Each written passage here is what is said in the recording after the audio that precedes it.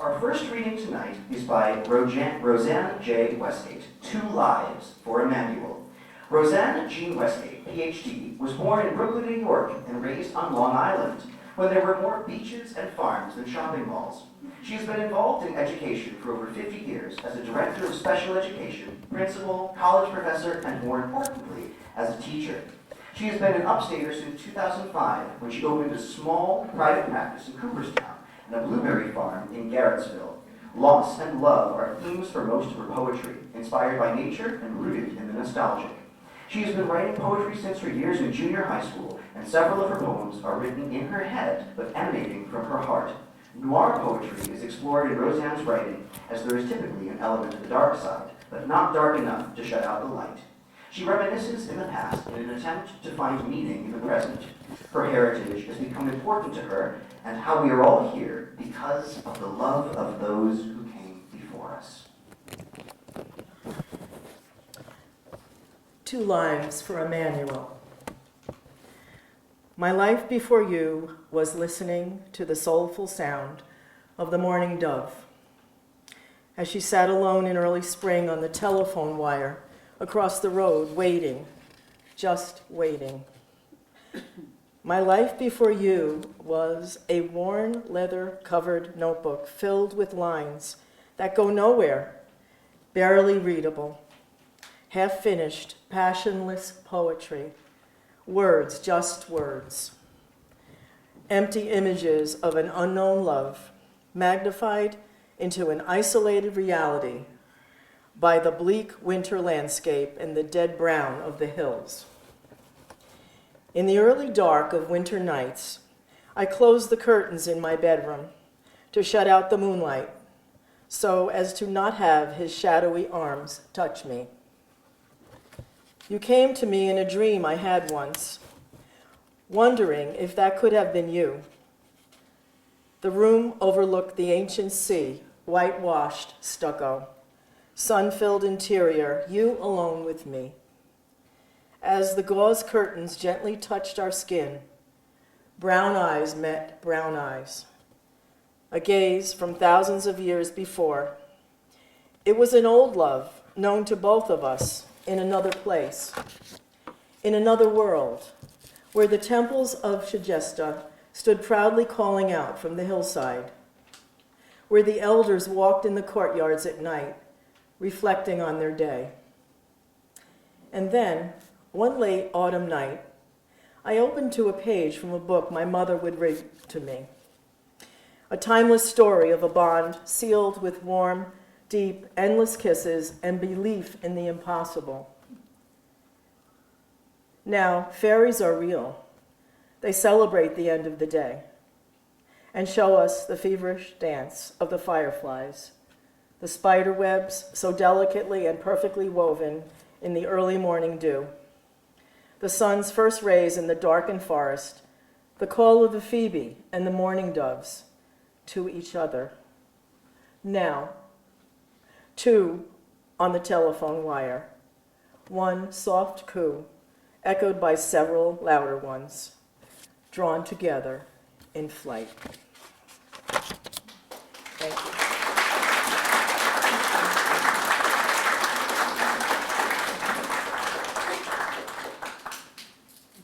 Our next piece is Meditation in Walmart by Merril Oliver Douglas.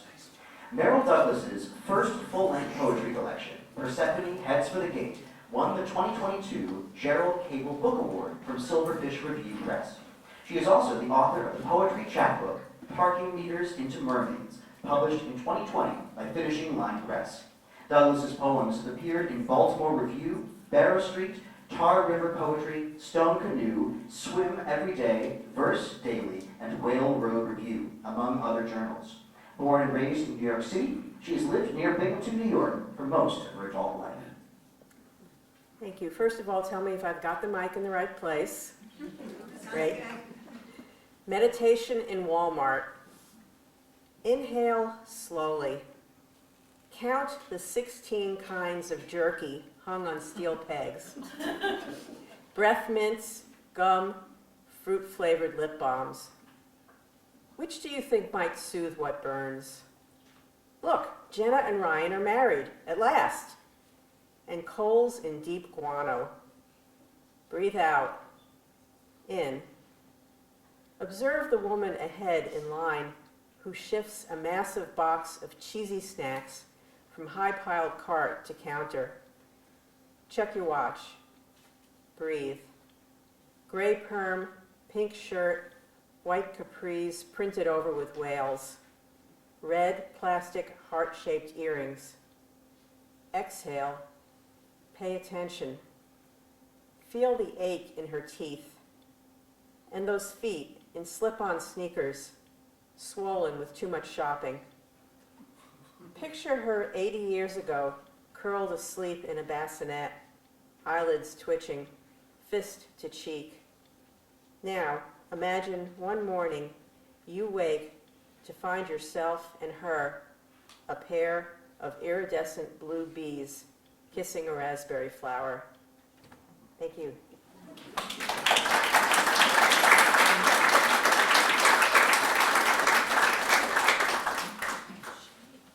Our next pair of pieces are entitled Shadow Dancing and Supplication by Lynne Kemen.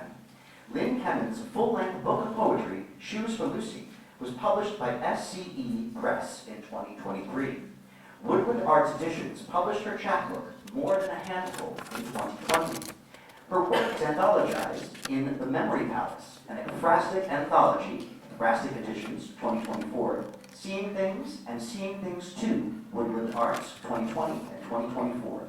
Lynne is president of the board of Bright Hill Press and has served on many other not-for-profit boards.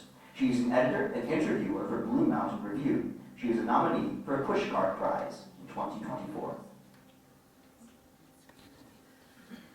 Shadow dancing after rain.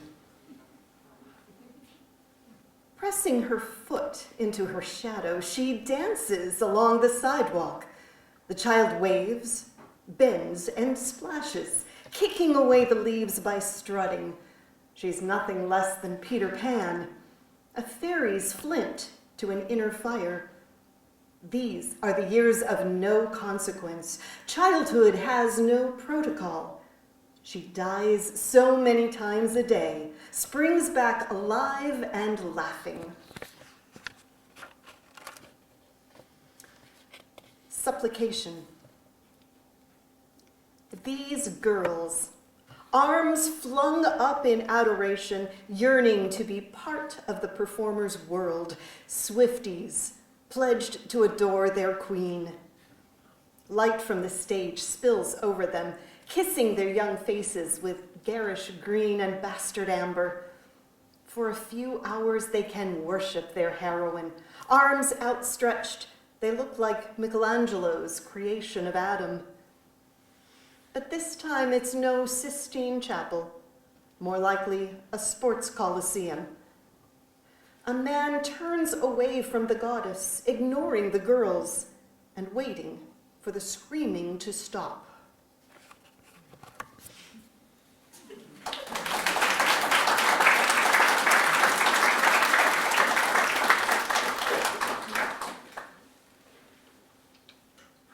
Our next piece is entitled Port Jefferson, Frank O'Hara and Me by Robert Harlow.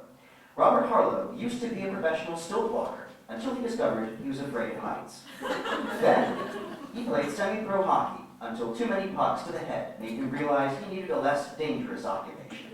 So he became a poet, which, in his estimation, is only slightly less dangerous. At least there's fewer flying objects to avoid. He lives in Albany because someone has to. He also has a cat, but he left it at home. At least he thinks he did. FYI, I didn't write any of that. I don't know who came up with that stuff. Port Jefferson, Frank O'Hara and Me. This is dedicated to Carolyn Novak, who taught me the proper way to eat a mango.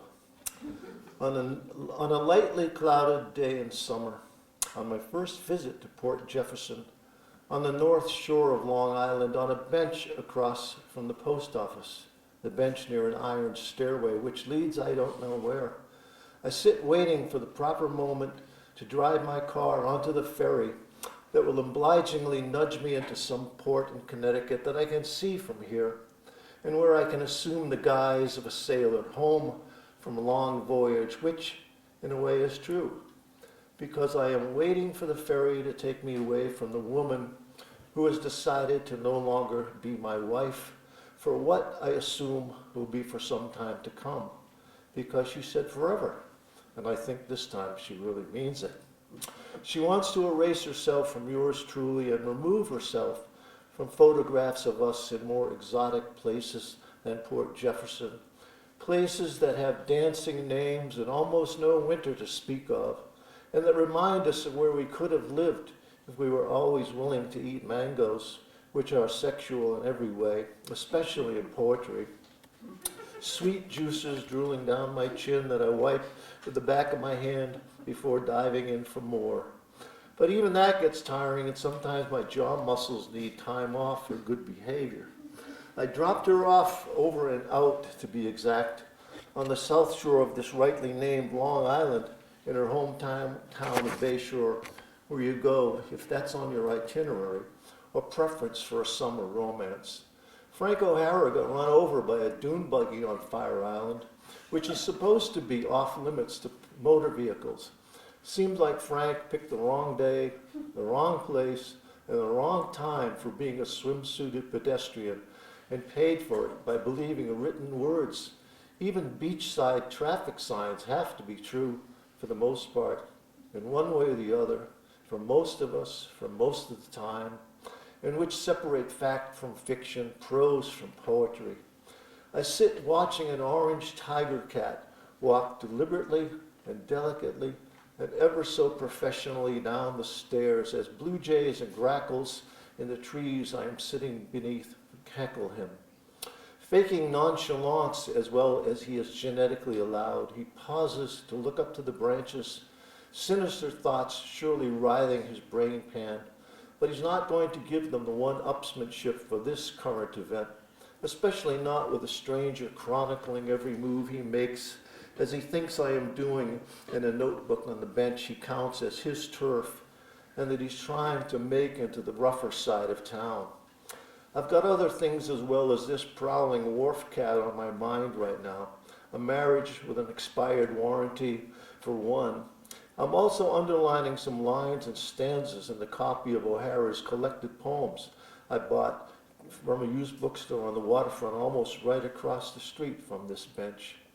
Reading him in the sun-furrowed shade, suddenly I find myself decked out with a smile, marriage being sailed away from geographically in the very near future, muttering cat praying he'll get a chance to show those birds who's who, and a big fat heart-covered O'Hara who got a surprising exit off this ocean-filled planet not too far away from here. I mean, add it all up, I'm choosing to laugh, not cry, because it's summer, it's sun, and just the right dose of shade to make it easy to occupy this bench. O'Hara, as good a companion as any, and it's all going to be okay in the soon-to-arrive future, when the good memories beat the bad ones to the finish line.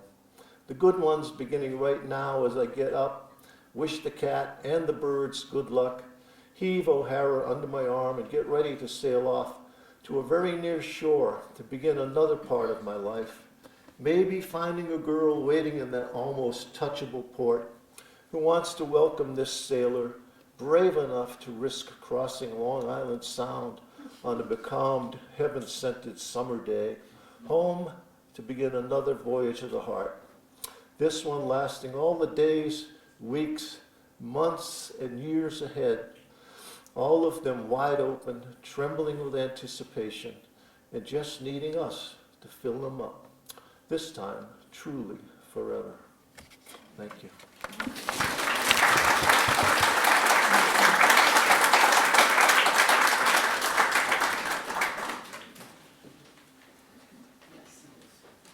Our next poem is The First Month by Libby Marshall.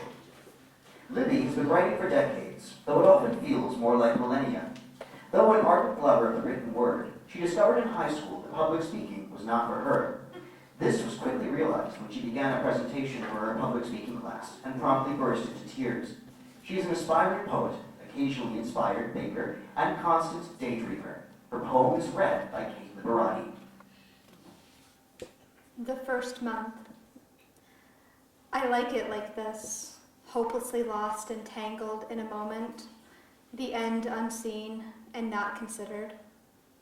I like it like this, where reality merges into a fantasy consisting only of me and you, the beautiful bubble that just might be. I like it like this, our fingers one flesh, all feeling is blended, every emotion is ours, shared and treasured, a single soul. I like it like this, when a world exists where perfect happiness is not impossible and in reach with a kiss.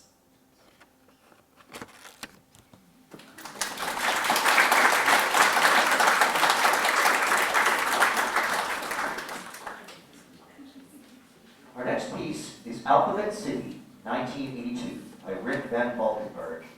Rick lives and writes in the bookstore village of the Catskills, Hobart, New York.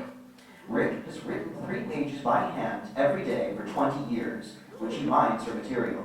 He is a member of the Stanford Writers Circle and will be reading with others at Liberty Rock Books in Hobart on Sunday, May 4th at 2 p.m. I moved to Manhattan and landed downtown in 1982. Then the Lower East Side was an open wound, festering, rubble-strewn vacant lots on blocks that were once the toehold homes of immigrants, a harsh reality to their New World dreams. Tenement buildings burned every night on the Lower East Side. On smoky weekends, the Engine and Ladder Company on East 3rd Street rarely returned to the firehouse. Fire trucks rolled down the Alphabet Avenues, blasting the William Tell Overture as a siren as they rushed from one hot spot to the next, dousing the midnight arson. I found a loft share on East 3rd Street on the corner of Avenue B, just down the street from the Church of the Most Holy Redeemer. It was 1 floor above the fried chicken joint and the video game parlor. Outside on the street was an open-air heroin market. But on a closer look, it seemed more like the rites and rituals of a temple or church. Everyone played their part. The altar boy runners, the junkie supplicants, the pusher priests, and the deacons with their various mysterious duties. The unholy hosts were prepared in dark, desecrated precincts. Only the initiated were served. No stigmatic tracks on their arms. Strangers aggressively steered away. The pilgrims came from every corner, undertaking perilous journeys on their mission to be blessed, openly confessing their Jones to any stranger along the way. Then a call to worship is open! The crowd would roar, and all the dozens of milling people would suddenly fall into orderly lines. You'd have 2 priests that take the money, Monsignor, the other deacons of dope, unbundling packets of glassine envelopes, and with a nod from the Monsignor, distributing hosts of powder, the consecrated flesh. Vigilant lookouts manned posts up and down the block. When the police patrolled too closely, they were spotted blocks away, and shouts would cry out, "Bando! Bando!" Then the line immediately broke into an aimless, milling throng that rapidly dispersed.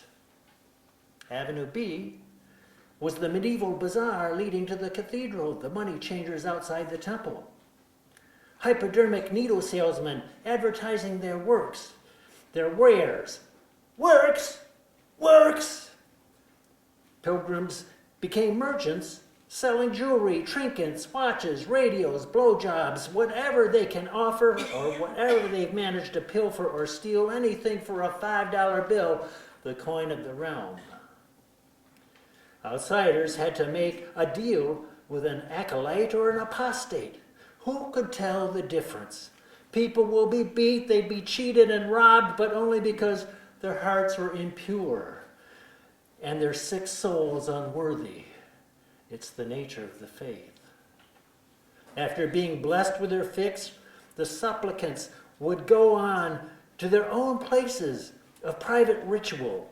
Bathrooms, bedrooms, shooting galleries, and the abandoned buildings with the broken down walls and secret passages of sweat and death, bottle-capped cookers and crooked spoons, needles fashioned in eyedroppers to mix the blood with the cooked white powder flesh. I would watch this all play out for hours from my second floor bedroom window. Down below, the pilgrims never looked up.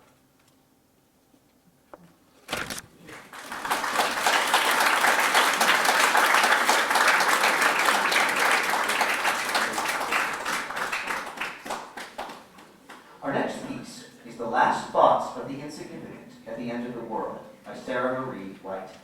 Sarah Marie is a 15-year-old currently living in Bethlehem, New York. For as long as she can remember, she's loved to write, especially in ways she thought would make her and the people around her feel less alone. In her spare time, she loves to read, draw, bake, and get into long conversations about identity and society.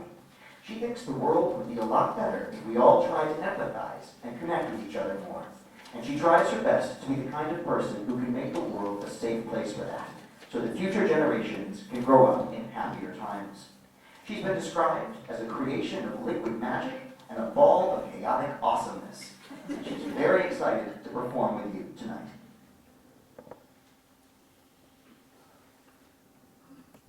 There's something so strangely beautiful about it. How none of us could have saw it coming. How none of us could have seen it coming, no matter how hard we tried. How 1 second everything was technicolor and lively, and the next second it was all gone. It almost feels poetic, like this is how it was always supposed to be. Humans, the race of races. Across millions of generations in the blink of time's eye, we came in with a bang and went out with one. Maybe this was our fate, our destiny. Funny, I never believed in either of those things before. No time like the present, I suppose, especially when there's not much time left. I'm sitting on a hill. The grass is green, but it's beginning to fade. There's a pear tree with a tire swing on it, waving back and forth in the summer air. Not even 3 hours ago, some kid could have come along and swung around in it. Weeks ago, people sat on this hill with their families, watching the fireworks and celebrating their freedom. Now, I'm alone, watching the stars fall out of the sky. They burn like a raging forest fire, quick, devastating, and so strangely beautiful. I used to watch the stars with curious eyes and open arms when I was a kid. I would lay out on the driveway or in the snow or anywhere I could find them and just stare up at the sky in awe.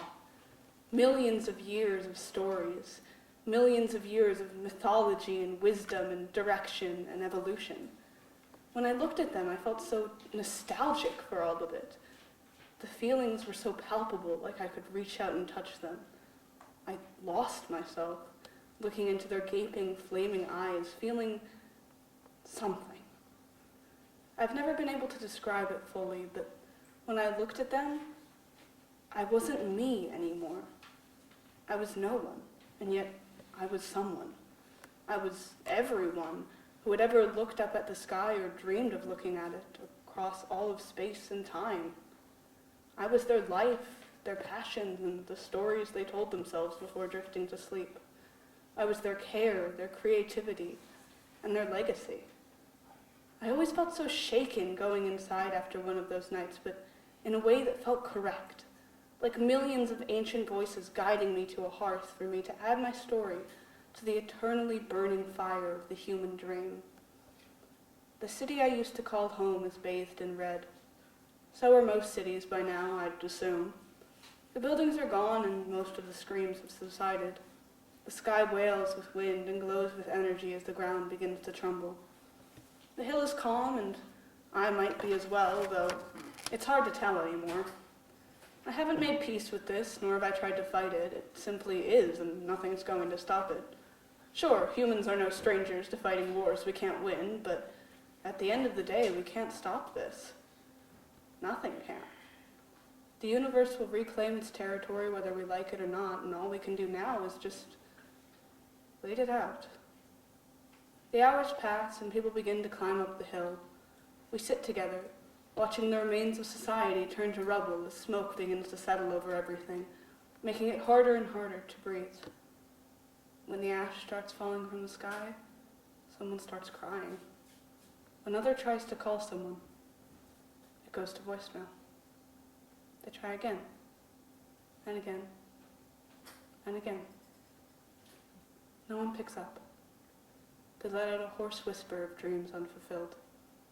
Someone reaches their arms around both people and squeezes tightly. None of them seem to know each other, but no one makes an attempt to move away.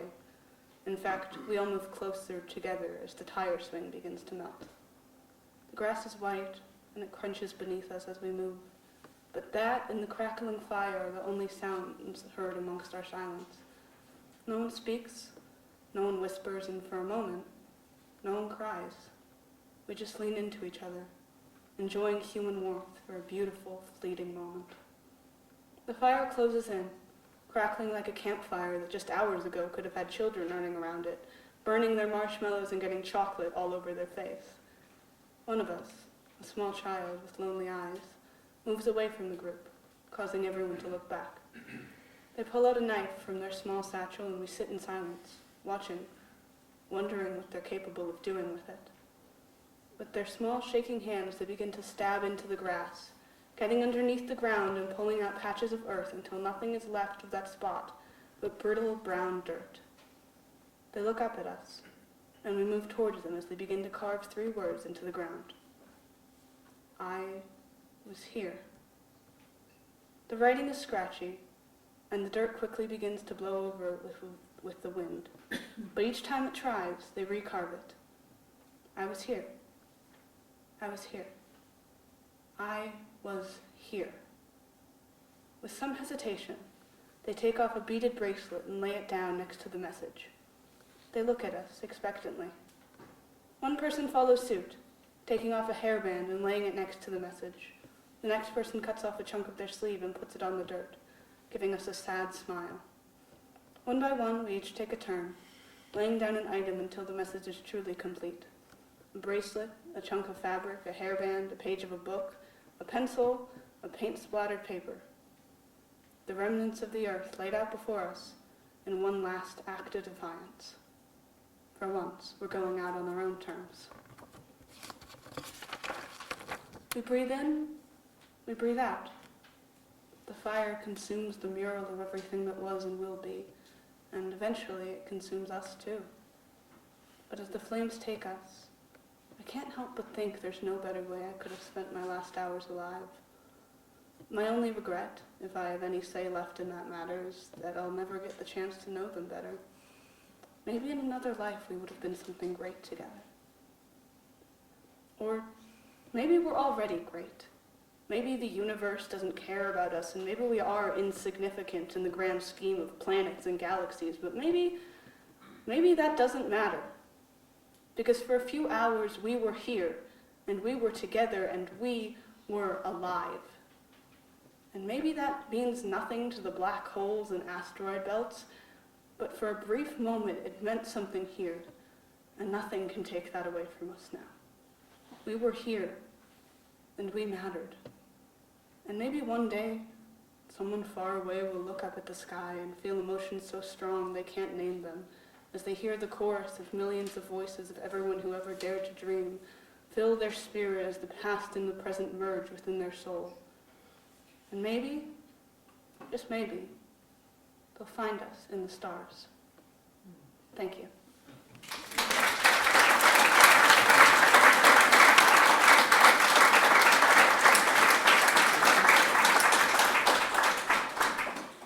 Our next poem is Broadway and 116th Street by Janet Daly, written by Christopher Carter Sanderson. Janet Daly is a character in Christopher Carter Sanderson's novel in progress, titled June, Julie, and August. A dedicated Write Out Loud fan, his latest book is the translation/adaptation of the Dhammapada into iambic pentameter for Sagging Meniscus Press, who also published his prose poetry novel, The Too Brief Chronicle of Judah Lowe. Shift, Lunch Ticket, Screen Door Review, Gravitas Poetry, Poetry City, Poet's Choice, Griffle, and many others have published his poetry. Also anthologized in Show Us Your Papers, Main Street Rag, and the London Story Prize Anthology of Greek Poems. Published and produced playwright, dramatist guild member. His nonfiction title is published by Routledge. Teacher, Downtown Writer Center in Syracuse, New York, Princeton, and others. PEN America member, dramatist guild member, who's had a play given a reading with Fenimore's Next Stage Reading Program. Former editor and professor. Disabled U.S. Navy vet, BFA NYU, MFA Yale, Fulbright. His translation adaptation of Chekhov's The Seagull appears in this month's Asymptote Journal. Mr. Sanderson would like to personally thank Michael Tamburino. His poem is read by Cait Liberati. The crowd's heads are down like they're out in the rain, holding thick steel umbrellas in their hands. In the subway car's seat, she is crying. It started too small to hear and has grown a rhythm, syncopated with the car, now her groans loud enough to be denied. Click and screech, the subway is now rising. The rude light of day through grimy windows, the subway riders' voices loud in their heads. An older fellow sits down beside her, her arms and legs curl in as if inhaled. Her body is the tight frame of their thoughts. Her forlorn face is buried in her arms as the car is lifted above Broadway. The colorful ads look down from the wall. Where art thou, Dr. Zismore? Pray for us.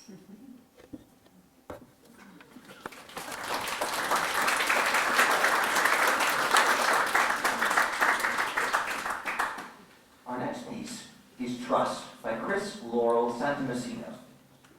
Laurel Santomassino, a.k.a. Chris Laurel, has lived here in God's country since 2002. She lives in Stamford, New York, but grew up in Amityville on Long Island.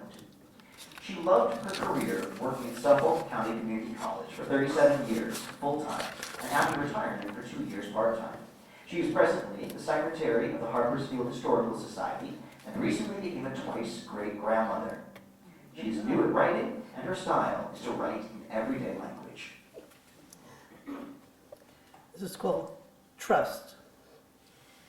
I walk down the dirt trail to the pasture, seeing him grazing on some sparse pieces of grass. The other horses stand nearby, their tails flicking at the pesky flies. He spots me, watching as I open the gate, entering with the lead line folded in my right hand. He stands there steadily watching me as I come toward him. He neither approaches nor leaves. I clip the lead line onto the ring on his halter. Turning around, I lead him toward the gate.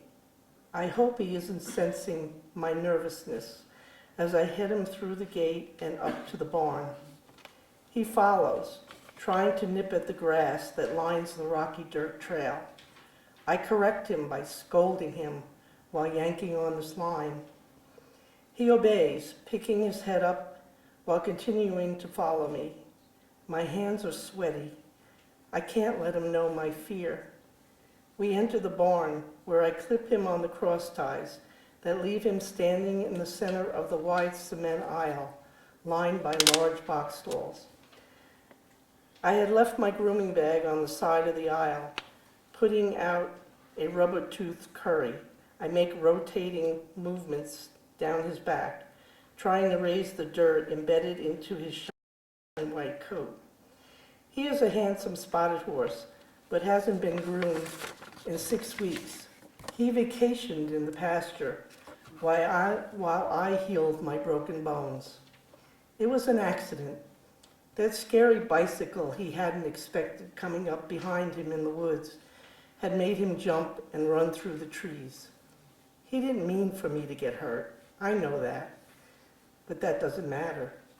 I then take out the brush, flicking away the loosened dirt from his hair, as I have done so many times before. Next, I put on the saddle blanket and adjust it so it is wrinkle-free. Then I lift the heavy saddle onto his back with my weakened, unused muscles and pull the cinch tight. I put the bit in his mouth, pulling the bridle up over his ears, then buckling the throat latch. He is now dressed and ready. The question is, am I? I am remembering all the good times we have had together as I put my helmet on, fasten it, then lead him to the indoor arena. I stand with him in the center of the large, dirt-filled area as I turn to look him in the eyes. Those deep brown pools looking at me. What were they telling me? I saw a soft look right into my soul. He has a kind eye, as horse people would say. That is what you look for when you choose your horse, your trusted partner for years to come. This partnership presumes you will care for each other as best as possible. Now it is time. There is this feeling in my stomach as I put my foot in the stirrup and swing myself into the saddle. I am on. I take a deep breath before I move him around the arena at a slow walk. But before I know it, I am moving faster. He responds easily, and with his smooth gait, I realize he feels the same as he always has. My muscles relax as I enjoy him. He feels wonderful.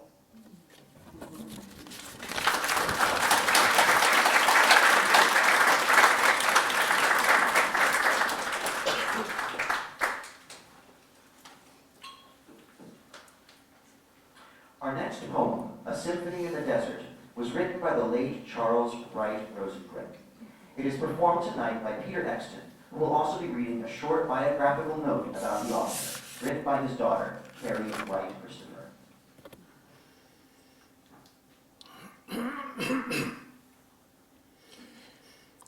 In quiet moments of reflection, my father must have been wistful about opportunities in his life that for one reason or another he had chosen not to take advantage of.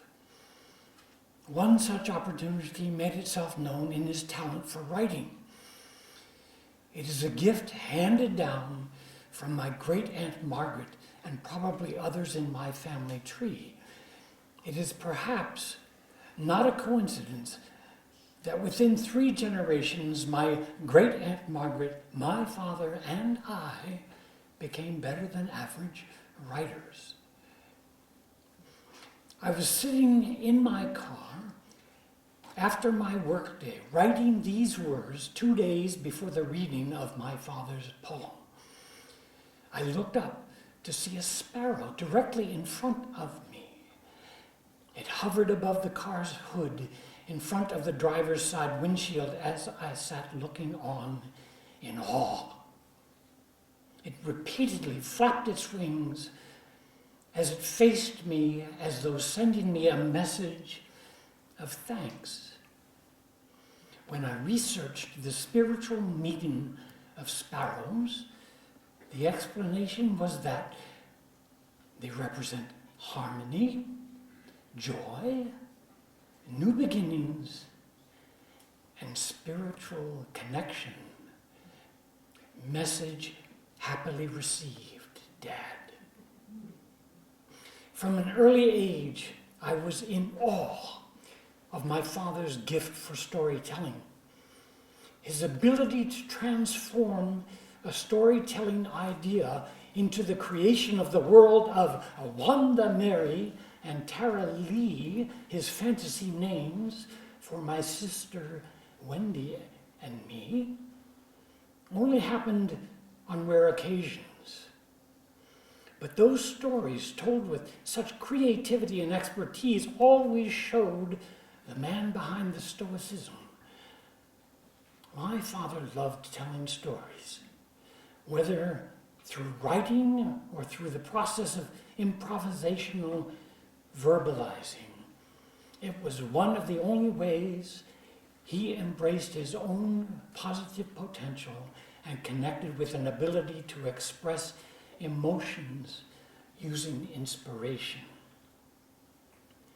But my most beautiful memory of my dad was of the occasion when he gently let me know with rare thoughtfulness at an age when I probably should have been long past my belief in the impossible, that Santa Claus may not exist in bodily form, but his spirit would always be alive and well in all of us. I will always remember that moment because my father chose the most generous and least distressing way to dispel my own long-standing belief in this childhood myth.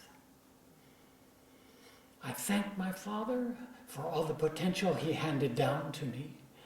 My life with him has filled me with many gifts, and I am grateful.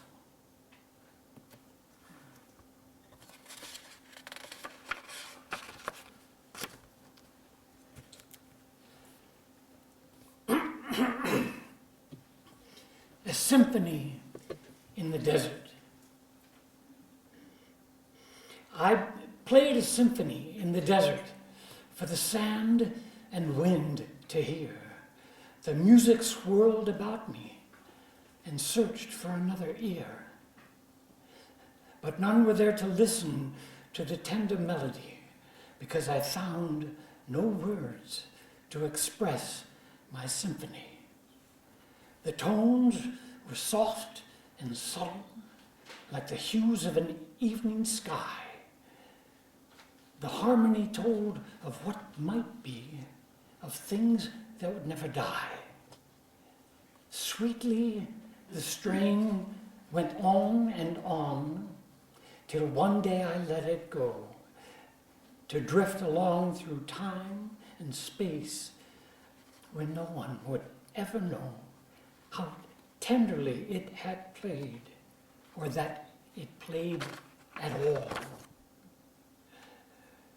Sometimes I think of my symphony and it leads me to recall how once the desert winds and I had shared that haunting sound, and how a voice was all it needed, the right words to be found. Like time gone by, it can't return and shares eternity. But with this poem, I've tried at last to share my symphony.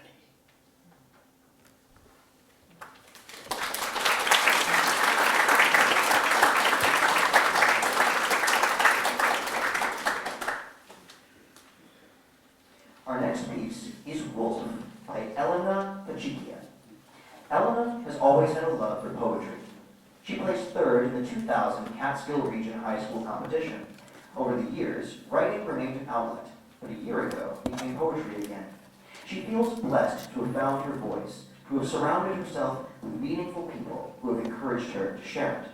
They have made this journey so much brighter for having been there. There's something about poetry that captures moments in one's life and makes them timeless. She is thankful for this opportunity to share her work with art enthusiasts. Wolf. Lone wolf atop a mountain, he surveys everything, paying attention to the last detail. The more he watched, the more he knew their demands grew. Assimilate or stay put, he would do neither. Sometimes he was solicited to join them, but never without disguise. She spotted him instinctually. She knew what he was, and he saw her, all of her, through famished eyes, a scalding stare that looked too far. She tried to spread her dirty wings, left collecting dust from disuse and misuse. Desperation flares, eyes locked now. She bears her soul by revealing her disgrace. Eyes plead, beg for a savior. He is cautious, prowling, watching, until he smells her despair. Without hesitation, he dons sheepskin and launches toward her. She smiles with delight. Inches within reach, he finds himself enclosed in an all but invisible net, trapped, and panic sets. He angrily thrashes off his disguise, tearing it to shreds, teeth exposed. His deep growl fills the night air, but effortlessly breaks himself free. Enraged, intrigued, or just her silly wishful thinking. He looks upon her as if to devour, and she cowers. His long, slow strides encircle her, closing the gap between them, never taking their eyes off one another. Her garnet-stained fingertips brush plump lips, adding only color to the rose in her cheeks. He's not convinced of such innocence, with that sweet gesture and glacial eyes. Swiftly, roughly, he grasps her hand behind her back, forcefully opening 5 frail fingers, still clenching remaining mesh. His slow, steady hand removes the garnet obstacle still pressed upon her lips to claim her mouth as his. Thank you.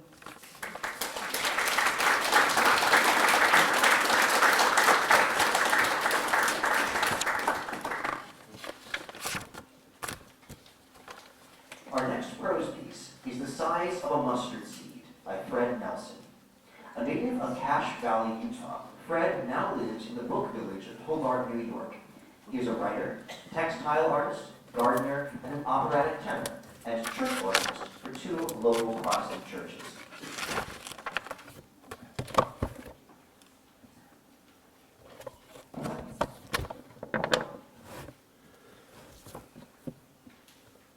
As a young boy, I was a believer. I believed a lost tribe of Israel had landed on the coast of Viña del Mar, Chile, going on to populate North and South America. I believed one of those Israelite prophets had written their scriptural history onto golden pages and then hid it in a hill in western New York State. When my parents showed us slides from their visit to Machu Picchu, I believed the ruins to be an ancient fortification from those Israelites' last great battle. I believed those golden scriptures when it said Jesus had visited the Americas after he was crucified. In fact, I was such a believer that when I dug up a section of old fence in the hard pan adjacent to a pioneer-era wellhead, I believed it to be a fragment of Jesus' cross that God had put there for me to find. With tears in my eyes, I carried the cross over my shoulder from the field to the barnyard as though I were Jesus himself dragging the thing to Golgotha. One Sunday morning in June, Sister Affleck sat preparing her Sunday school class of 8-year-old children for baptism. "You're perfect, just as you are now," she said. "If you died now, you'd go straight to heaven. But once you get baptized," she continued, "you'll be accountable and have to repent." Maybe I'll trick God and not get baptized, they thought, or maybe I'll get hit by a car and die. "You need to pray," Sister Affleck went on, "and ask God if this church is true." She said we needed to really pray with faith. "If you have faith," she told us, "then God will send you a sign and you'll be ready for your baptism." When she raised her hand, pinched her forefinger and thumb together and said, "We only need a faith the size of a mustard seed," I felt a burning in my bosom and thought, I have that faith. Looking around the room at the friends my age, I decided I would do it. I would pray for God's revelation. I wanted revelation that very day, but this sort of praying required a special venue, and I knew just the place. Summer days are long when you're 8 years old. It's easy to lose yourself in your imagination if there are sloughs and black willow trees to explore, or owl and magpie nests to watch over for hatchlings. Billy Reader told me you could train a magpie to speak if you split its tongue. I wanted to be there when one tumbled from its nest. A black willow at the bottom of our hayfield had grown so immense we named it the Big Tree. It had 4 giant trunks that, because of their height and weight, had split the tree at its base. The trunks had fallen parallel to the ground like a giant creature stretching itself to capture the sun. Rising from the split, my tree house had grown to 3 levels. Around the roof's edge, I built a railing out of furring strips. More for effect than anything. I knew it would not save my life should I fall off, but for an 8-year-old, I had an aesthetic eye. This was my Terabithia. No one hit or clawed or did any of the other things to me when I was in this shaded kingdom. The Sabbath is to be kept holy. For my parents, that meant playing out of doors on a Sunday was forbidden. This included anything to do with my treehouse. Petitioning God would have to wait until tomorrow. Monday arrived. After breakfast, I walked through the barnyard and along the ditch bank. In the sloughs, red-winged blackbirds clung to the tops of cattails, talking to one another in throaty whistles. Once across the bridge, I stepped into the hayfield, walking over the first crop hay as it lay drying in the June sun. Arriving at the big tree, I paused at the perimeter of its shade, my back to the morning sun and my heart pounding. God has a lot going on, I thought. Should I be doing this? Taking a breath, I entered the tree's bower, and squeezing through the entrance to the treehouse, I shimmied upwards to the roof hatch and onto the treehouse roof. Peering over the treehouse edge to make sure nobody had followed me, I then knelt and focused my thoughts. With my eyes closed, I said, "Dear Heavenly Father." The sound of my own voice made me self-conscious and ashamed. Resisting the urge to open my eyes, I resumed, careful to follow the proper order of prayer by thanking God for my blessings before asking for anything, especially if our church was true and whether I should be baptized. I paused to give God time to show me a sign. At the base of the tree, I heard the rustling of an animal in the dead leaves, and in the distance the clank of machinery of a farmer swathing hay. But nothing happened. My mind wandered to thoughts of what I really wanted. And then I said it. "Take me away," I blurted out. "Take me away from this." I surprised myself with my boldness.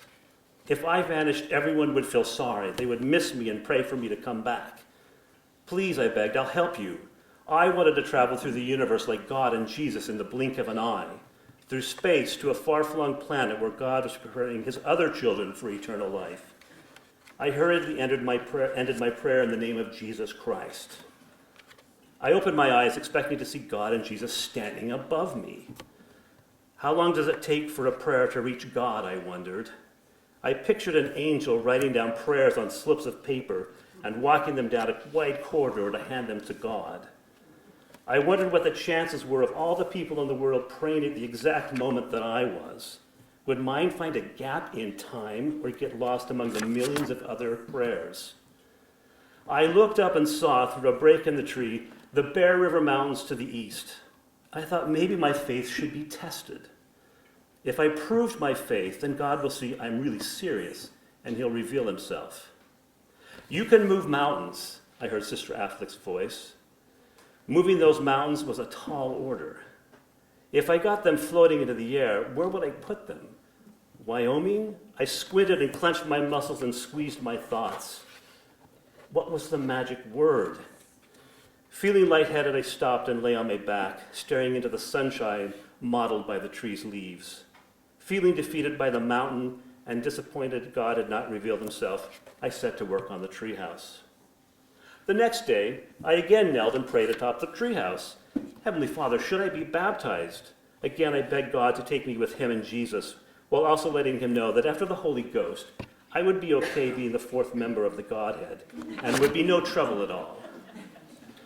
Praying twice more that week and not experiencing any noticeable revelation, I decided to try again on Saturday. My sister said I could sin before I was baptized. "You've been taught right from wrong," she said, "so now you're accountable." Only after I'm baptized, I told her. I can do anything until I'm baptized and go to heaven. You can't do anything, she said, warning me that I can sin so badly I would offend the Holy Ghost, which would then make me a son of perdition to be cast into outer darkness. That's so terrible, she added. Even baptism won't make it okay. I didn't think I was a son of perdition, but maybe I was. The thought of spending eternity in outer darkness made my head hurt. Maybe the reason I wasn't getting an answer to my prayers wasn't because of a lack of faith, but because I was laden with sin. Maybe I had offended the Holy Ghost and God was angry with me. On Friday night, to prepare for the following day, I asked God to forgive my sins.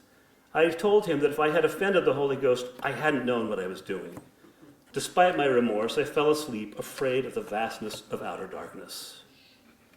Saturday dawned with a blue sky that stretched over the entire valley.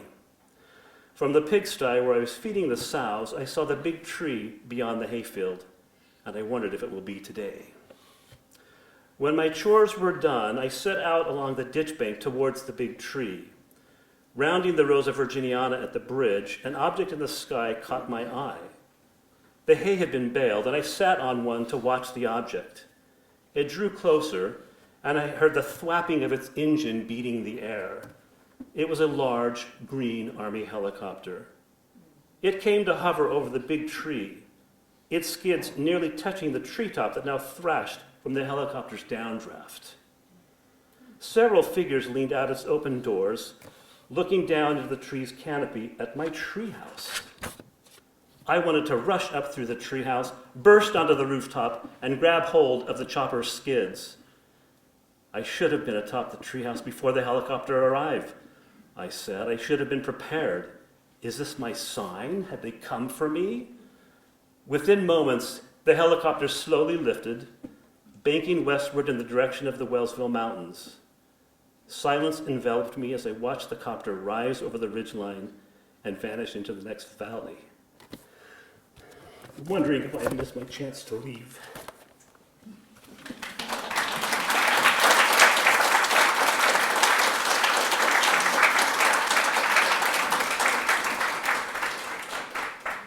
The final piece of the first half of today's presentation is Abolition Redux from Max Smith and Jimmy Corbin by Wendy Everard.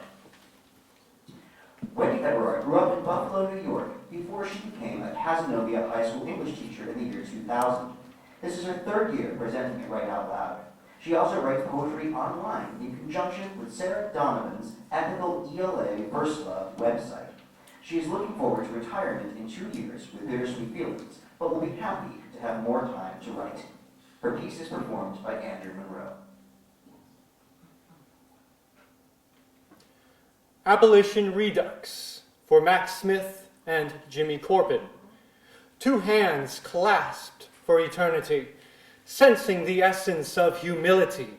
Edmonia Lewis captured them, enraptured by the hands of this man, Garrett Smith, and his bride in new lands. Anne was her name, and she came from down south, down in the mouth about the sins of her father. He robbed from humanity dignity, slaveholder by trade, born and made by society around him, and soon found herself renouncing, announcing her new life. Now a wife, bound for life to Garrett. She moved upstate, New York, of course, had a date with destiny, wife and bride. Her new role with pride she embraced, faced with the mission of abolition. They found missing Harriet Russell Nee Sims, gifted to Anne as a child. Anne, self-styled freedom ally, tasked Garrett with finding, freeing Harriet. Deed was done. Freedom won.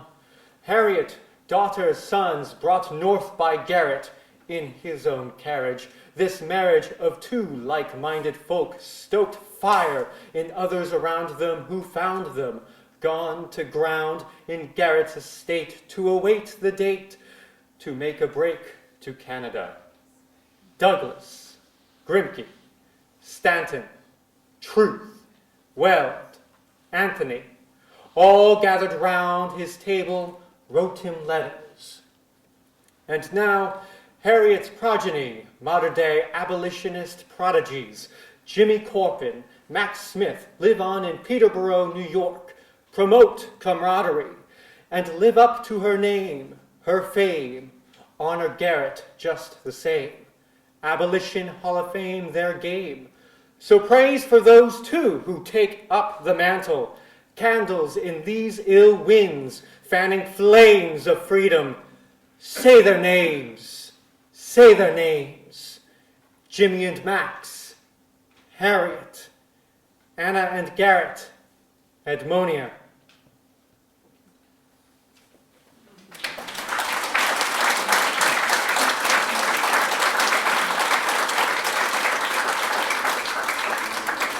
We'll now have a brief 10-minute intermission. Thank you very much.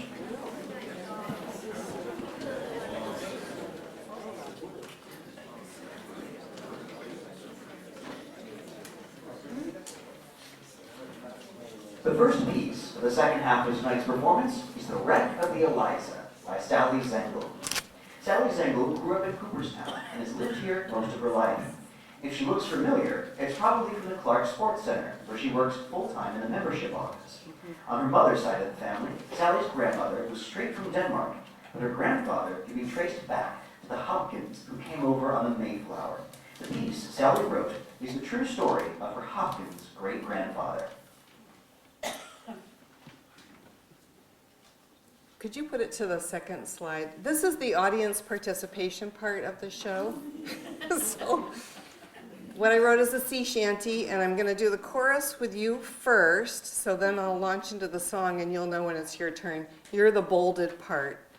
But here's how the chorus goes. Hey there, Captain Hopkins, climb aboard with me. But no ho, he shouted, that dory won't survive the sea. Hey there, Captain Hopkins, there's room for all aboard. But no ho, he shouted, and their pleas were all ignored. Captain Hopkins had a schooner, Eliza was her name. Come hear the story of her wreck, 'tis such a crying shame. She sailed out from Hyannis, April 1899. Heavy seas when she departed, though the morrow's forecast fine. Captain Hopkins had a worthy crew of 13 men with him. Many were related, brothers, cousins, kin. Eliza had been prosperous, so the captain laid aside money to soon build a house for his sons and his bride. Eliza made a quick run through Nantucket Sound. The great round shoal lightship, they sailed right around. The night was clear, but a relic of the northwestic gale that day made the seas a little choppy, still it did not cause delay. Course was set for Great Rip, also called Nantucket Shoals. Captain Hopkins knew his way all around these fishing holes. 2 men were on watch when they hit the Rose and Crown, a miscalculated shoal that brought their lady down. Hey there, Captain Hopkins, climb aboard with me. But no, they shouted, that dory won't survive the sea. Hey there, Captain Hopkins, there's room for all aboard.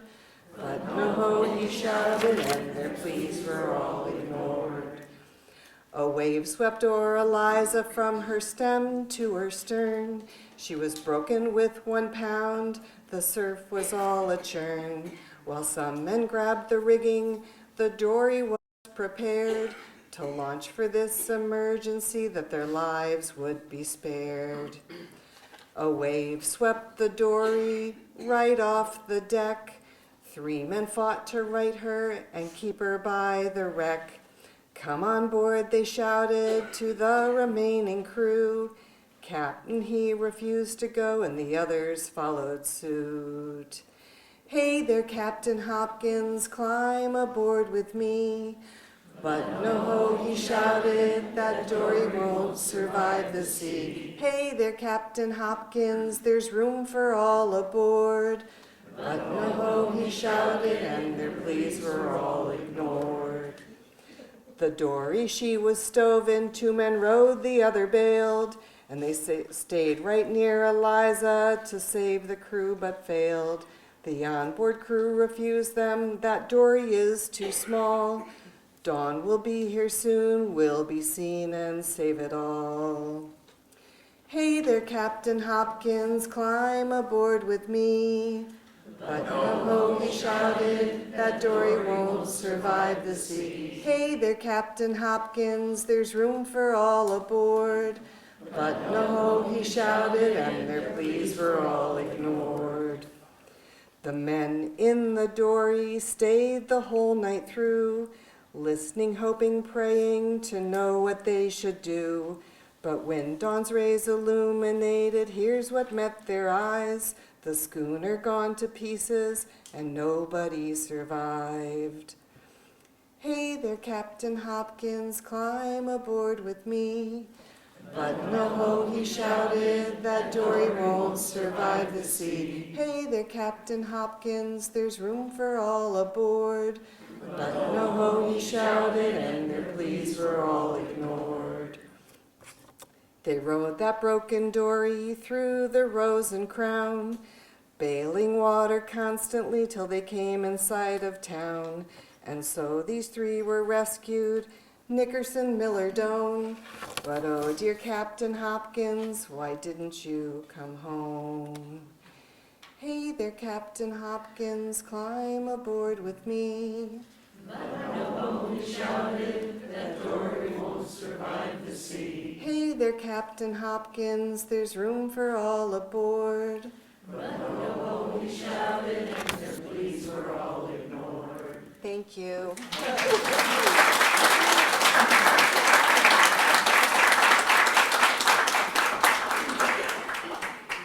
Our next piece is titled While Cleaning Strawberries with Mother and Eve and Mona Lisa by Mary Ann Whelan. Mary Ann is a retired Bassett neurologist. She attributes her love of writing to the Irish side of her family, with early familial communications not infrequently taking the form of brief poems. In addition to professional writing, she has authored 1 book, Freddie's Last Ride, an examination of the death of Freddie Gray at the hands of the Baltimore police. A number of short pieces of writing, 1 play presented here at Write Out Loud last year, and a number of poems, often occasional in nature.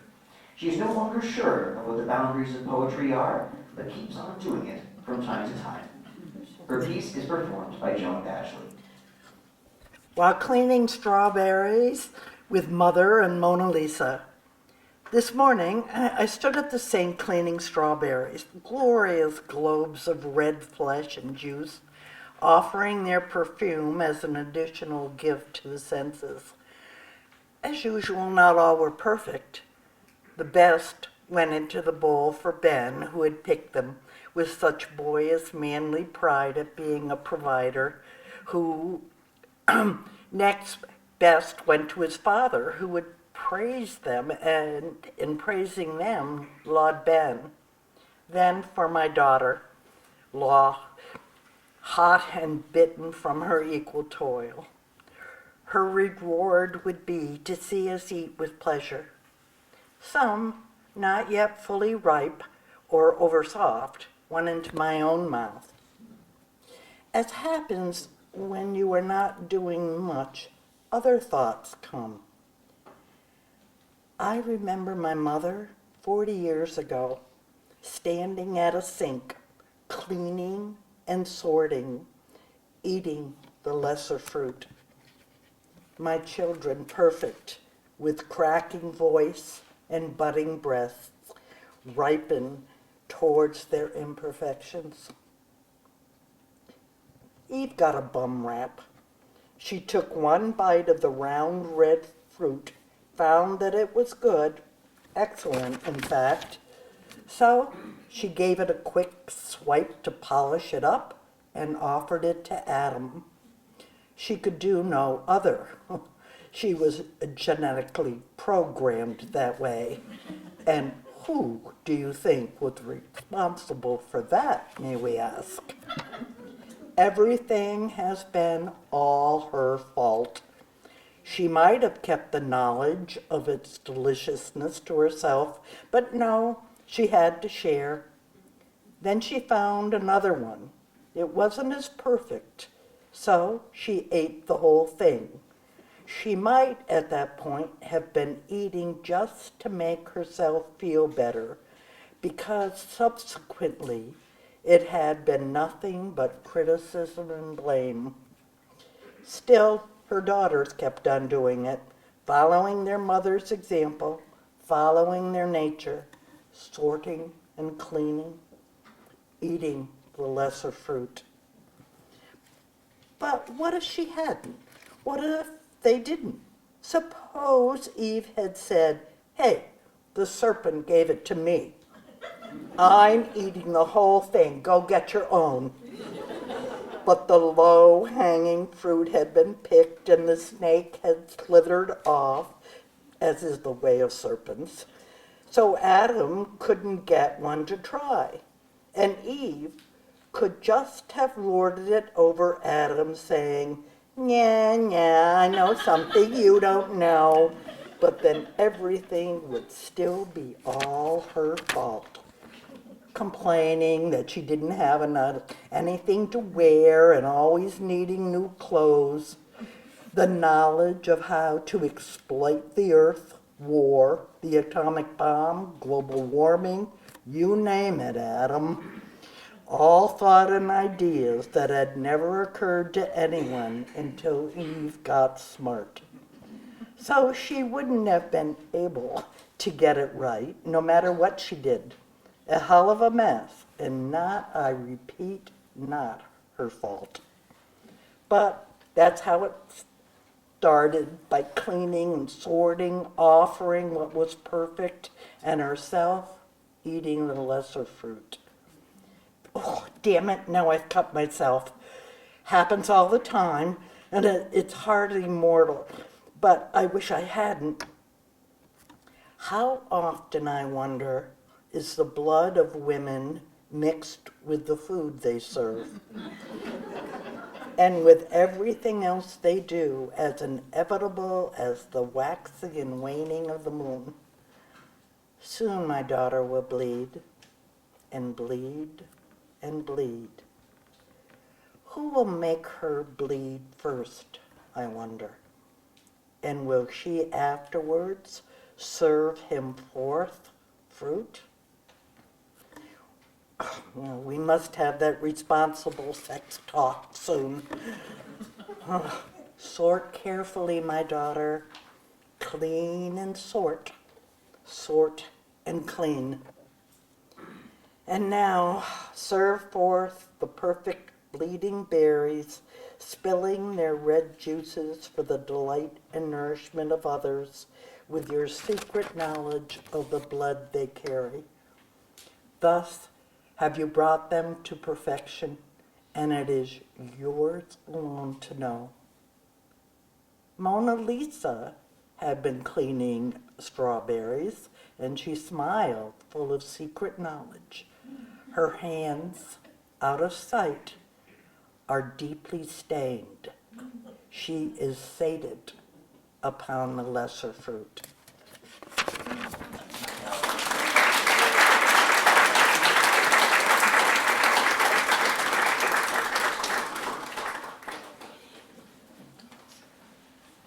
Our next piece, The Bridge, is written by Roger W. Hecht.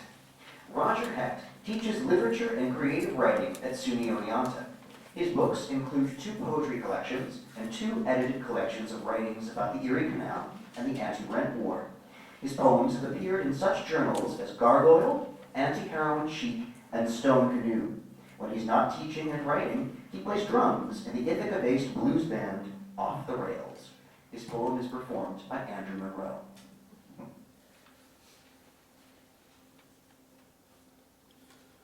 There's a joke.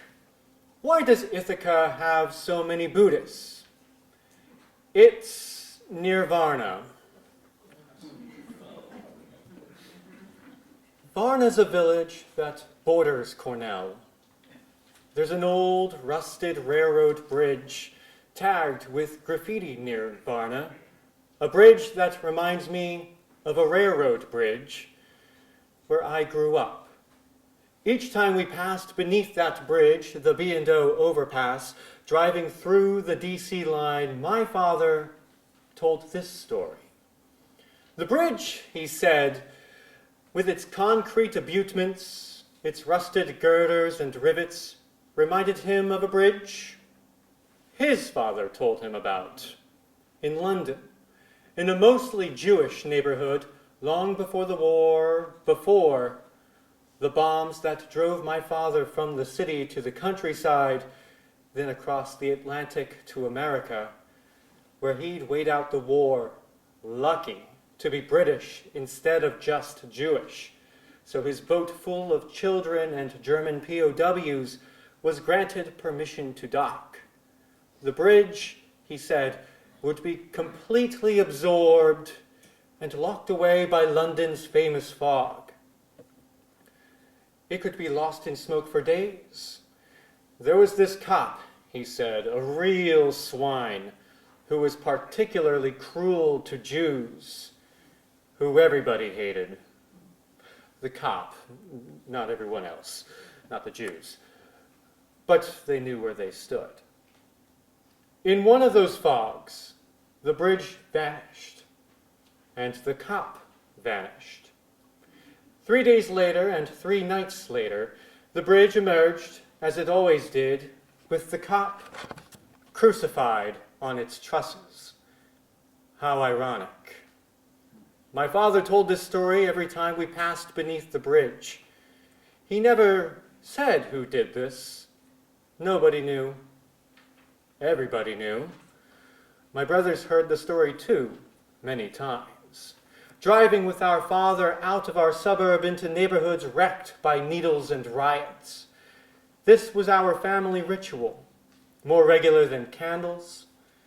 And the point? Stay away from railroad bridges. Bad things happen on railroad bridges.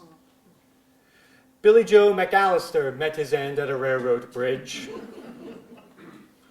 The Klan lynched hundreds from railroad bridges. Drug cartels routinely suspend bodies from them. All kinds of statements are made on them. Near Varna, the bridge says something different. It celebrates the birthday of a beloved Cornell professor. Every year, students would paint F.H. Fox is 89, 90, 91. When he died, age 92, they painted F.H. Fox is forever. So what was my father trying to tell me? It was a story, a placement of fact in my growing world of facts, if it was in fact a fact at all, that has lingered in the midst of me, and lingers even now, nearly a decade after his death. F.H. Fox is dead. The bridge reminds the world of who he was, reminds me of a bridge to my father's memory, of his father's memory, of redemptive violence that is somehow part of who I am.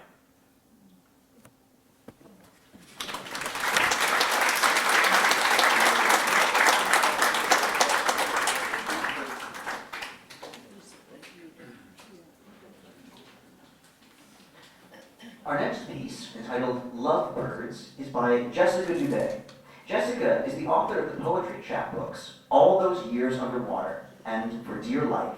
She's been nominated for Best of the Net, and her work has appeared in such journals as Stone Canoe, Gulfstream Literary Magazine, South Florida Poetry Journal, and Kissing Dynamite.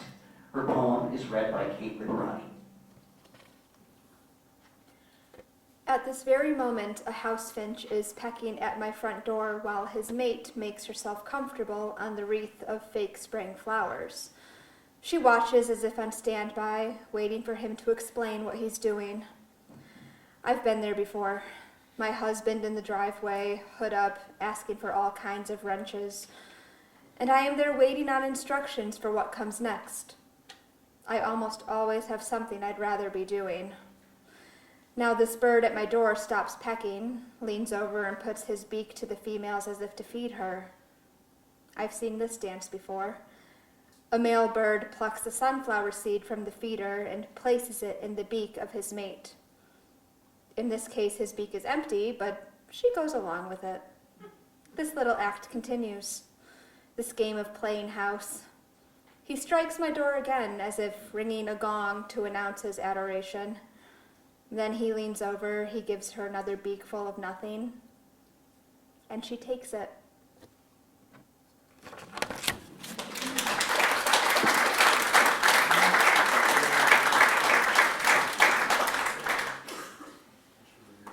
Our next piece, Beau, is by Brooklyn Benson. Brooklyn Benson is a dedicated scholar and multidisciplinary student with a strong foundation in political science, competitive debate, and the performing arts. As a varsity cheerleader and accomplished orator, she combines analytical rigor with expressive leadership. Her writing explores themes of identity, resilience, and social dynamics, reflecting both her intellectual curiosity and lived experience. She uses writing as a space to reflect, question, and connect. Good evening. Can everyone hear me all right? Yes. There's a kind of quiet after someone drowns. Not the kind of quiet that feels peaceful or serene, but the kind that fills you up, presses down on your chest, and leaves you gasping for air. It's the kind of quiet that follows you everywhere, even after the world around you keeps moving. It's the kind of quiet that seeps into your bones and becomes part of you, a kind of silence that drowns out the sound of everything else. I was 9 years old the day my brother drowned. We'd been at the lake like we did every summer. The day was perfect. The water was calm, the sky a clear blue, and the sun was high, casting long shadows over the sand. I can still picture the way the light sparkled on the surface of the water, making it seem almost inviting. My brother, always the more cautious of us two, was swimming ahead. He had a bad arm, a right one that never quite worked the way it was supposed to. Weak, underdeveloped, unable to grip or pull the way a normal arm should. It made everything harder for him, even swimming, but it never let it stop him. I don't know if I truly understood how much effort it took for him to move through the water, how much more exhausting it must have been for him than it was for me. I do not know that he never complained. He pushed through, made do with what he had, and made it seem effortless. That was the thing about him. He never allowed anything to hold him back. He wasn't just physically strong. He was brilliant, in a way that seemed to transcend the limits of his body. He could talk about politics for hours, about the way the world should work, about history, governments, and all the things I didn't understand, but deeply admired. His voice, always calm and measured, would rise and fall as he articulated his ideas, even when the people he argued with were adults. It was as though he was meant for something greater, something far beyond his years. He was going to change the world. I knew he was. But that day at the lake, that unassuming, beautiful summer day, everything changed. He was ahead of me, pushing farther and out into the lake, more determined than ever. It was strange how quickly everything shifted. I don't know what made me look back. Maybe it was the way he had started to struggle, his arm moving slower than the rest of his body. I remember seeing the awkward motion of his weak arm lagging behind as the rest of him fought to keep up. Something in my gut told me that this wasn't normal, but as I saw him falter, when I saw him go under without so much as a splash, I froze. It happened so fast. 1 second, he was there, his head bobbing in the water, and the next, nothing. Just the ripple of the water where he had been. The moment felt endless, as if the world had paused. And then, in the blink of an eye, it started again. But I couldn't move. I couldn't think. Everything in me screamed at me to help him, but my body wouldn't obey. I dove in, my heart pounding in my chest, every stroke a desperate attempt to reach him, to pull him back from the depths. The water, which had felt warm just moments before, was now icy, choking me as I swam through it. But the lake was wide and cold, and by the time I reached him, it was too late. His body, always heavier than it should have been because of that arm, was limp in the water. I remember dragging him to the shore, his lifeless weight pulling me under, feeling the coldness of him seep into my skin. I tried to revive him. I tried to do everything I'd ever seen on TV, but nothing worked. His chest didn't rise and his eyes stayed closed. The warmth drained from him with every minute, every second, and with it the hope I had left. When the paramedics arrived, it was already over. He was gone. I don't remember much of the ride home. My parents were silent in the front seat, the kind of silence that makes your skin crawl. It wasn't the kind of quiet where no one knows what to say. It was the kind of quiet that happens when there's nothing left to say. There were no words that could fill the empty space between us. I sat in the back of the car, my hands still wet, my heart still full of disbelief. The weight of the moment, of the finality of it, pressed down on me. I remember thinking that this wasn't supposed to happen, that parents weren't supposed to bury their own children. It wasn't right. But we were already on our way to burying him. I was coming home with one brother instead of two. When we got home, it felt like the walls were closing in on me. The house was too quiet. His room, the one we used to share, now felt like a museum. His feelings were still there. His books, his old jacket hanging on the back of the door, his desk cluttered with papers. But it wasn't his room anymore. It was a room frozen in time, and yet it was empty. I didn't know how to make sense of it, how to understand that the brother I'd shared everything with was never coming back. I didn't know how to breathe in a world without him. In the days that followed, I found myself searching for everything, and I found myself searching for him in everything. I would look for him in places where I thought I'd see his face or hear his voice again. I see him in my new debate team, in the way I argue, in the way I try to put together my thoughts. Sometimes, when I'm in the middle of a heated discussion, I'll catch myself thinking, this is what he would have said. I'll catch myself using words I remember him using, structuring my points the way I remember him doing it. It's almost like he's still here, in the rhythm of my speech, in the way I challenge myself and the people around me to think differently. But it's not just in the way I talk. I see him in the faces of the boys in my class, the ones I like, the ones whose personalities I admire but never could date. It's like I'm looking at them and seeing fragments of him. His intensity, his passion, the way he would have questioned everything and everyone, the way he never just took things at face value. He would have teased me about the offer I got from Cornell last week, the one for the debate team. A half ride, huh? He'd say with that crooked grin of his, always the skeptic. Guess you're gonna have to work for the other half, huh? I'd laugh, and we'd star back and forth. He was always on my case like that, but in a way that made me feel like I could take on anything. I'd love to hear him make that joke now.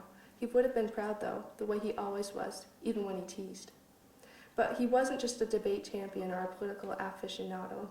He was a spiritual man, too, in the way that made you think deeply and constantly. He wasn't religious in the traditional sense, but he had a kind of faith in the world that I admired. He had a quiet belief that the things could get better, that the change was possible, even if it meant fighting against the current. He was progressive, always pushing boundaries, always changing the way things were. I remember him talking about politics, not in a way that was just about who won or who lost, but in a way that was deeply connected to the human spirit. He had faith that progress wasn't just a word, but something you had to fight for. He would have always been the one out there, pushing the world to be better, questioning everything, just as he always had. And it's hard, because I realized that I'll never find someone who is like him. I'll never meet anyone who could challenge the world the way he could. I'll never hear his voice again, debating issues we both cared about the way he always did. Smart and sure of himself, but still eager and still hungry for more. In his absence, I feel the loss of someone who pushed me to be better, to be more than what I thought I could be.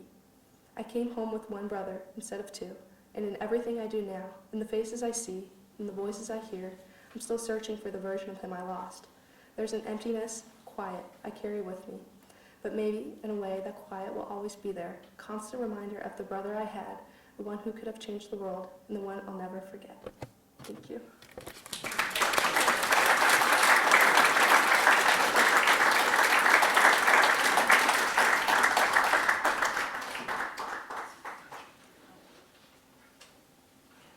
Our next poem, Twilight, was written by Paulette Taylor.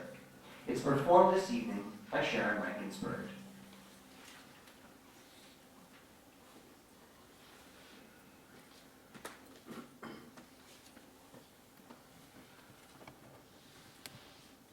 When twilight nears and tests our fears, where we had courage through the years, our frailty shows, and heaven knows we are beset with many woes.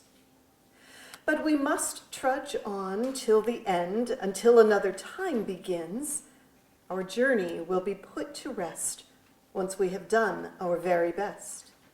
Take heed, we'll be replaced for those more fitting for this race. A younger generation than you or me must wait their turn for eternity.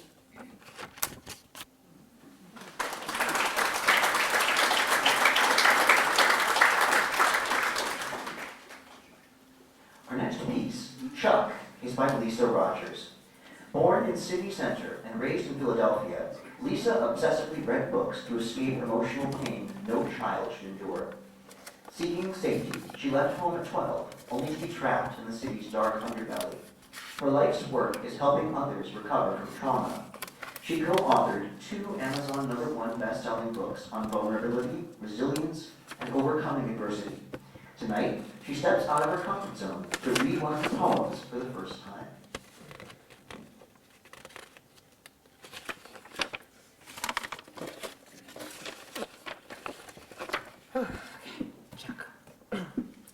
I was 30 years old at the age of 12 when I first met someone, anyone like me. The ugly of his outsides matched the ugly of his insides, matched the ugly of the world, matched the ugliness in me. At least he caught a break, I thought, to be born in the body of a man. Instead of this pretty girl meat suit my mind was stuck dragging around. Could it be a coincidence? He can't possibly know I exist. Long dead, he describes with such accuracy the discomfort of living in my skin. Without my knowledge or permission, he exposes me stark naked. My rage comes to life on his pages, and pages, and pages, and pages. Bereft of all pride, he dissolved the facade I'd built between the mirror and me. His words coursed through my veins, his voice mapped out the pain, birthed in time before I learned to speak. Giving name to the nameless, unashamed to be shameless, unafraid to say out loud, people are not good. People are not good. I don't think he was good people either. I thought even less of myself. Still, his poems and prose made him millions, an asshole, yet somehow beloved, and that gave me hope. I read about the bluebird that lived inside his heart, and I thought, if it's true that this jerk has a heart and a bird, then maybe I too have a shot. I closed my eyes to see into the void. All I could see was my nightmares. I cupped my ears to hear into the void, but found only the voice of my mother. I'll admit I hadn't looked for too long. It was honestly more like a peek. The truth is I didn't listen for long, afraid of the sound monsters make. I never got over my fear of the dark till my question became an obsession. Does my bird sing? Is my heart black? Is my bird dead? I had to know the truth, no matter what it cost. I swam through swamps of alligators, trudged through muck and mire. When I thought there was nothing left to find, a single ember burning bright in an otherwise empty fire.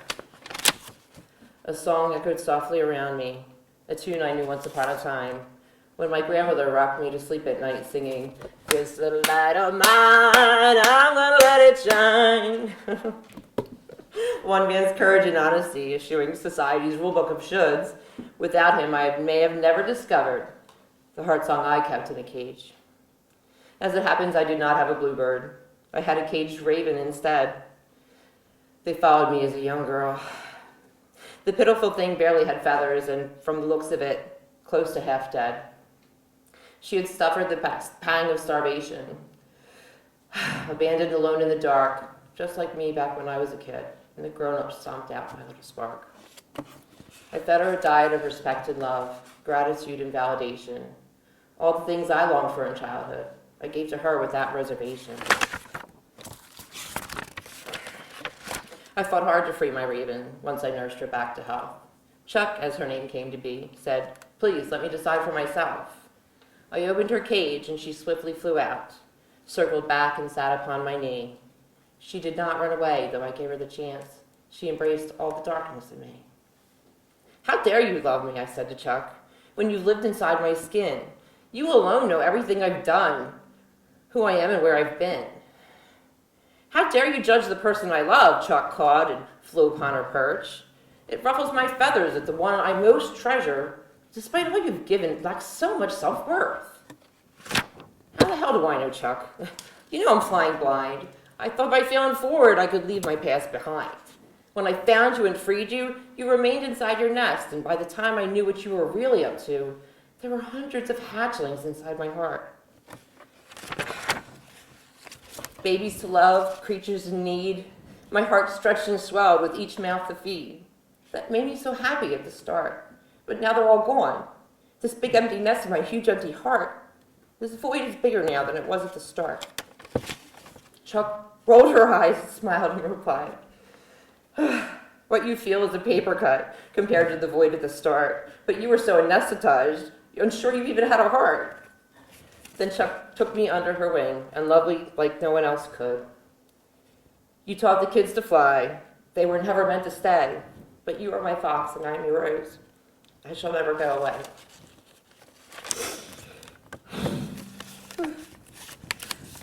It's time for you to rest in that big old nest. It had to grow until your heart could hold you.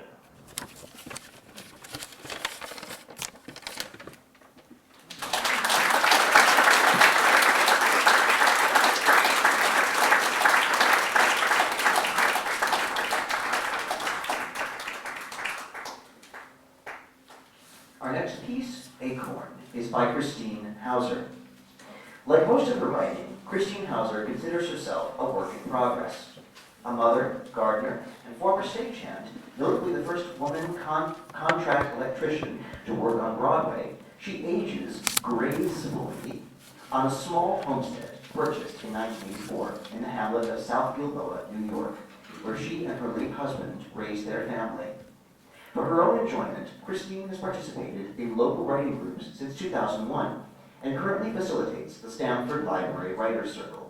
She is proud to be among 4 of its members here today. Her selection, Acorn, is from their recently published anthology, Us.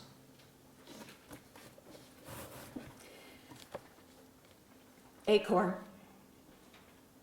The old woman sits quietly in a tattered rocking chair by the rusty parlor stove. More than old, she is ancient. A halo of unkempt white wisps frames her furrowed face. One eye peers brightly through smudged wire-rimmed glasses. The other, dull and unfocused, follows obediently the track of its partner. The room itself, though not cluttered, is full of furniture and eclectic objects, baskets, vases, pottery, books, stones, and seashells. In the corner by the windows, on top of the dusty upright piano, amid a collection of oil lamps, candlesticks, and small wooden boxes, a rectangle of polished mahogany betrays the location of a recently removed object. Watermarks from the shaky roof watermarks from the leaky roof create patterns reminiscent of sand dunes or waves on the faded walls. The air is stale and musty, even with the windows wide open as they are now. Tattered remnants of lace curtains sway in the gentle breeze. For a moment, as if she might be inspired to write in her journal or pay a bill that is due, the woman contemplates the haphazard stack of papers, magazines, and notebooks on the small end table next to her chair. The thought passes and her hand moves to touch a ball of neatly wound yarn resting in a willow basket at her feet. A crochet hook holds the loop of a partially finished hat. I'd like to go outside for a moment, she states flatly to the man and woman standing awkwardly before her. The two exchange glances. Sure, one more time if you like. Each takes a step forward, arms outstretched to assist. Gathering herself up, she shrugs them off. I'm fine, don't need any help, thank you. Gnarled fingers grip the arms of her chair, firmly pushing her stooped frame to standing. Rising reveals the full extent of her years of toil and independence, wrinkles over sinew, muscles sustained by a near century of digging, hauling, and carrying. Clothes meant for a larger, more erect woman hang limply. The denim of her pants is worn so thin that patches tear the fabric, so patches are sewn on patches. The rear pocket torn away at one corner reveals pale flesh behind. A cotton t-shirt, once bright red, its threads worn to transparency now, clings to her shoulders and drapes loosely over her protruding collarbones. On the greasy arm of the couch opposite the wood stove lies a frayed flannel shirt. She allows the woman to help her slide it carefully over arms and shoulders. The old woman straightens herself and walks from the living room, through the dining room, past 2 suitcases and a walnut box, resting atop the round oak dining table. Faintly, the word love is embossed on the faded ribbon tied in a bow around the wooden box. The man and woman, expecting her to stumble, stay close, but her stride, though slow, is sure and determined.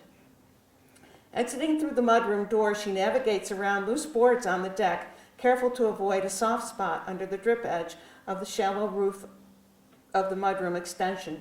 She pauses a moment to lean on the deck railing and survey her land, returned now to the overgrown hayfield she had once tamed some 65 years earlier. Joe Pyeweed smothers the bank that slopes away from the old house, drowning the once beautiful flower garden with its spectacular wildness. Turning from the view, she runs her hand along the railing until she reaches the 3 steps down to the ground. Here, a path of matted grass and weeds leads to the right along the front of the house. Daylilies, bee balm, hollyhock, and tansy appear randomly throughout the tall grass, mixing with goldenrod, pigweed, and lamb's quarters. A short distance into the field, past a mature sugar maple tree, brambles create a thicket around an ancient wild apple tree. The 3 pick their way along through the chaos of nature, return to the path's termination on a slope about 50 feet from the house. Here an oak tree stands tall above the undergrowth. The grass is shorter in the shade of its immense, strong limbs. The old woman sits down on a small bench under the tree, resting her back against its trunk. Head tilted back, eyes closed, peacefully absorbed in the moment, she takes in the scent of her sweet land, visualizing in her reverie the beauty of blooms and the abundance of harvests from past gardens eaten and preserved. To the man and woman standing nearby, she seems to merge with the oak, gathering its strength and vitality. The lines on her face soften, her bent fingers relax, and her hands fall open on her lap. The moment of serenity passes. Before rising from the bench, the old woman bends to grab a rusty medallion dangling from a hook formed by the bent top of a metal stake held in the grip of an oak root that has broken Earth's surface. Closing her bad eyes, she focuses on what is left of the inscription, in memory. Its remaining inscription, rotted by the passage of time, she whispers, William. With gentle care, she detaches the medallion and tucks it into her shirt pocket. Finally, addressing the man and woman, she says, Did you know we had 2 children, a boy and a girl? As they carefully guide the old woman to her feet, they reply, Yes, Mom, we know.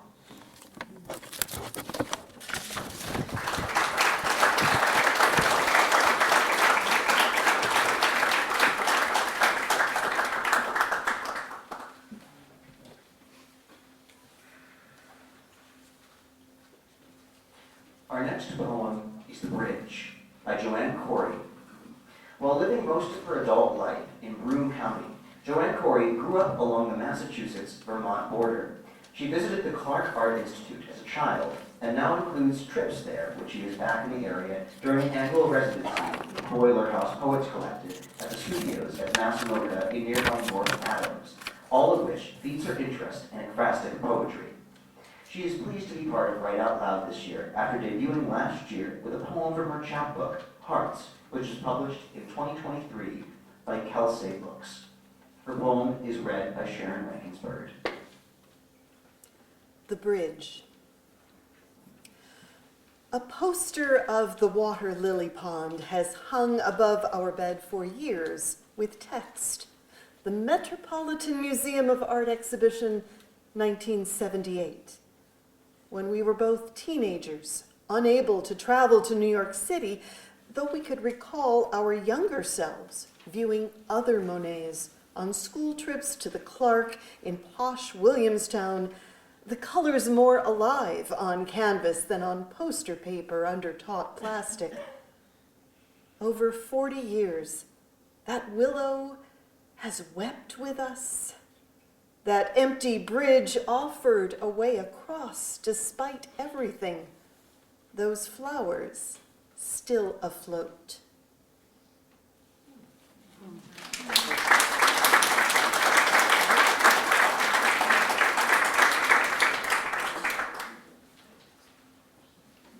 Our penultimate piece this evening is Pole Star Child by Richard Brayco. Richard is a member of the Grapevine Poets, a writers group born in Johnson City, New York. He credits the writing program at Oswego State for being an encouraging place to study. His style borrows a bit from that school's formal poetics.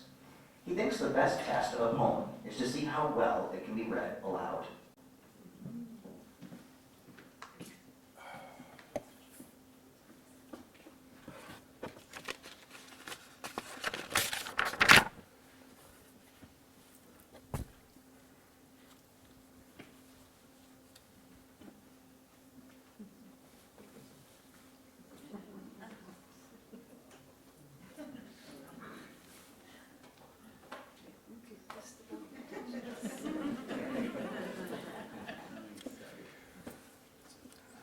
I wrote an earlier version of this for my daughter's birth night, and I gave it to her, and she lost it. So over the years, she's called me up a couple times and said, "Dad, can I have a copy of that poem?" And I finally ran out of copies, and I said no.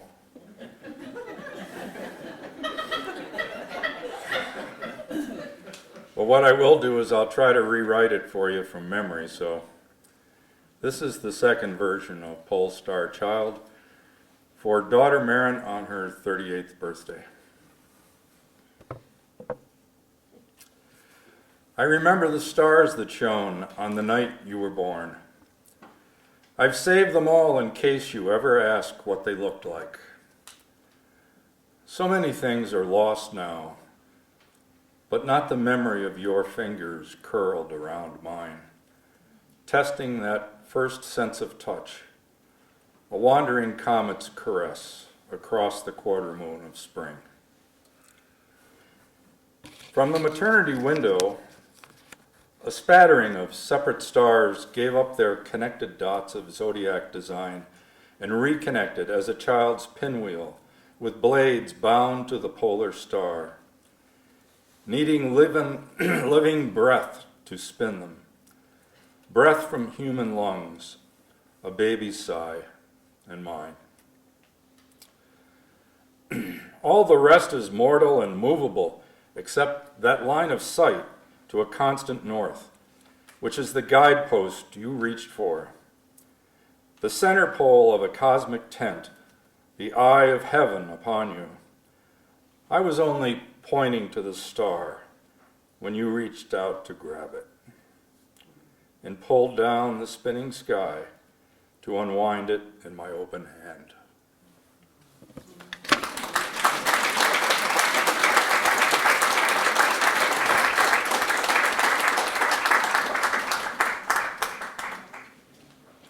Our final piece this evening is Sonata for the Left Hand by Robert Benson. Robert Benson's seventh book is What Lightning Spoke, New and Selected Poems.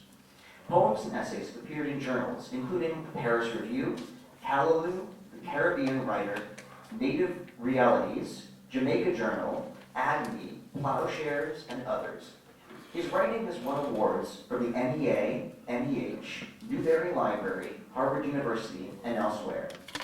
He directed the writing programs at Hartwick College for 39 years and currently conducts the Seeing Things Poetry Workshop at Bright Hill Press. More info at www.robertbenson.com. Thank you. Well, as they say, it's a tough act to follow, but it's been a tough program to follow. Such excellent moments of work that comes out of pain, rage, pleasure, beauty, family. I am just moved in such a way that I'd like to just be quiet and not do anything. But I do have this little piece that I'd like to bring to you. Most of us know somebody, maybe it's us, maybe it's you, who is an athlete or an artist or in some other area of endeavor who had through injury or use or whatever, that which made your work possible taken away. And yet there are moments of victory and triumph that are still possible. And this poem comes out of such a thing. If we go back to, let's just for instance go back to World War I. Why not? It's a good time. A Russian bullet shredded the arm of the pianist, the right arm of the pianist Paul Wittgenstein. He was unconscious, and when he came to, he was in a Russian prison, and the right arm had been amputated. When he was sufficiently healed, he found a large box, big enough to draw a keyboard on. And he would run his left hand up and down that box keyboard and practice his scales and arpeggios and rills and trills and repertoire from memory. When he was released in 1915 back to Austria, he commissioned Maurice Ravel to write a musical composition for left hand and orchestra, which is the sonata for the left hand. The orchestra begins in overtures for some time without the piano. The music stays deep in bass, bassoons and reeds growling so deep you think, of course, when the left hand comes in, the piano will seem higher. Everything shifted lower, and so it does. Then it seems the orchestra will never shut up. It's going to stay lush and all over up and down the register to compensate, to fill in what the piano can't do. And it does just that. Long enough that you think, well, that's it, that's how it's going to be. Big orchestra, half a piano. But when you think you have the idea, the piano doubles, triples, like a river fills with runs and rills and floods. Deftly, the left hand protects the chords from stumbling off the piano. Then up high sprinkles triplets and trinkets, then back down the bass ballasting the highs that almost skitter away, back and forth, until the frenzy resolves to a melody, a sweet air, that you are given to understand echoes the missing hand's ethereal solo.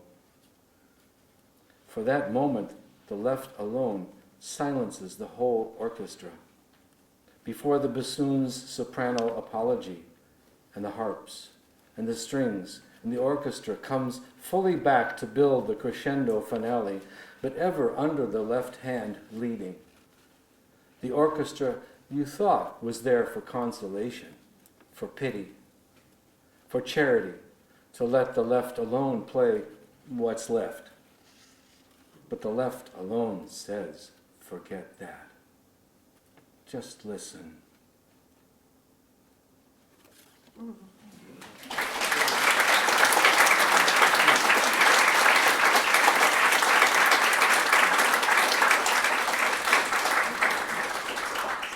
Thank you all so much for joining us this year and this evening.